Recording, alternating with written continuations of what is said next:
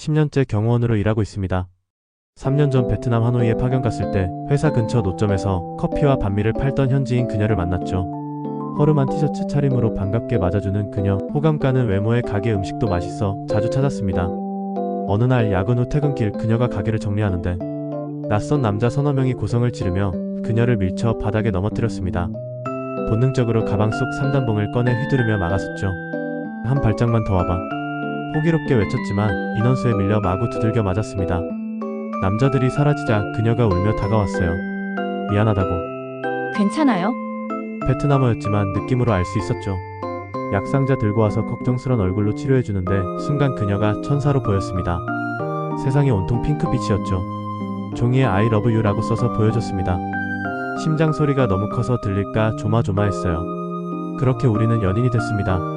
2년간 번역기 써가며 재밌게 사귀었죠. 하지만 파견이 끝나 귀국해야 했습니다.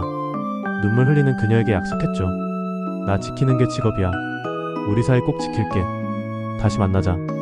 영상통화하며 지냈지만 코로나로 만날 수 없었고 바쁜 일상에 인연이 흘렀습니다.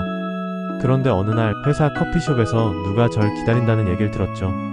들어서는 순간 한국어로 제 이름을 부르는 익숙한 목소리. 그녀였습니다. 어떻게 된 거야? 가게 접고 한국어 공부했어. 한국 취직해서 귀화했어. 연락 뜸했던 사이 그녀는 저를 만나러 올 준비를 하고 있었던 겁니다. 다시 사귄 지 1년, 올해 프로포즈하려 합니다. 내가 못 지킨 약속 대신 지켜줘서 고마워. 사랑해. 나라가 다르고 피부 색감 문화가 달라도 사랑하는 사람을 향해 뛰는 심장은 모두 같을 겁니다. 두 사람에게는 오직 서로만 풀 수 있는 특별한 언어와 몸짓이 있으니까요.